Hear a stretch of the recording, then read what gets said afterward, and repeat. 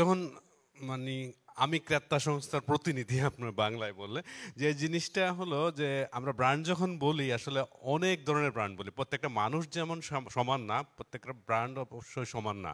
এবং এখানে আসলে বাংলাদেশে যারা সোর্স করে তারা সবাইকে আসলে ব্র্যান্ড না রিটেইলার, এটা একটা ক্লারিফিকেশন দরকার আছে।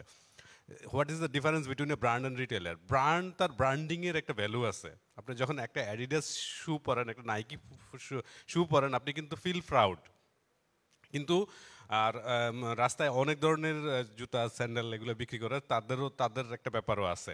তো আমি কাউকে ছোট করছি না, সেটা হলো যে আপনি যেখানে বলছে বাংলাদেশের যতগুলো কাস্টমার আছে সবাই কিন্তু ব্র্যান্ড না, বিভিন্ন ধরনের কাস্টমার বাংলাদেশ থেকে পারচেস করে। As a fashion brand, Lindex is Swedish fashion company, fashion brand. There are a lot of other European fashion brand. Fashion brand কখনোই UNCCC যে ক্লাইমেট কমিটমেন্ট এটাকে স্লো ডাউন করতে পারে না অথবা করবে না। কারণ আমাদের আসলে ক্লাইমেট, আমাদের মানে ক্লাইমেট অ্যাকশনসটা একটা ব্র্যান্ডের জন্য একটা মার্কেটিং মেকানিজম।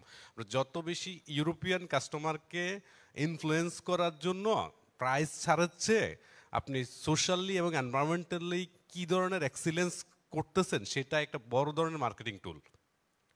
সো আমরা ইমিশন রিডাকশন করব, ইমিশন রিডাকশন এত পার্সেন্ট করতেছি, সেই জিনিসটা আমাদের জন্য একটা বড় মার্কেটিং টুল।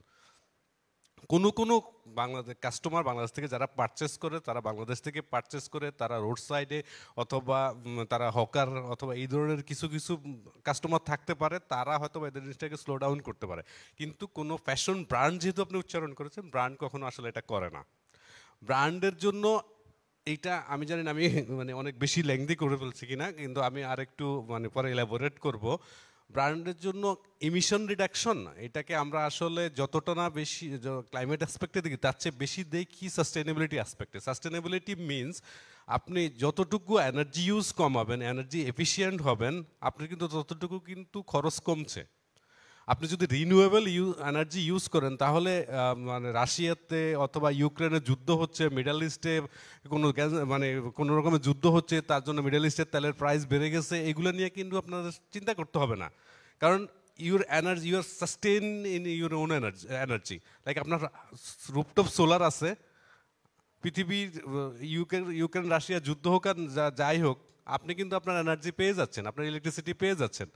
সো ফসিল ফুয়েল বেসড এনার্জির থেকে রিনিউয়েবল এনার্জি ট্রান্সফরমেশন করাটা আমরা যতটা ক্লাইমেট আসপেক্টে দেখতেছি, তার চেয়েও বেশি দেখতেছি self sufficiency in energy use. So এই জন্য ক্লাইমেট অ্যাকশনে কোনো ফ্যাশন ব্র্যান্ড স্লো ডাউন করতে পারে না, করতে চায় না। সেটা হয়তো বা গুটি কয়েকজন করতে পারে। আমরা অ্যাক্টিভলি ওয়ার্ক করতেছি এবং এইটা কন্টিনিউ করব।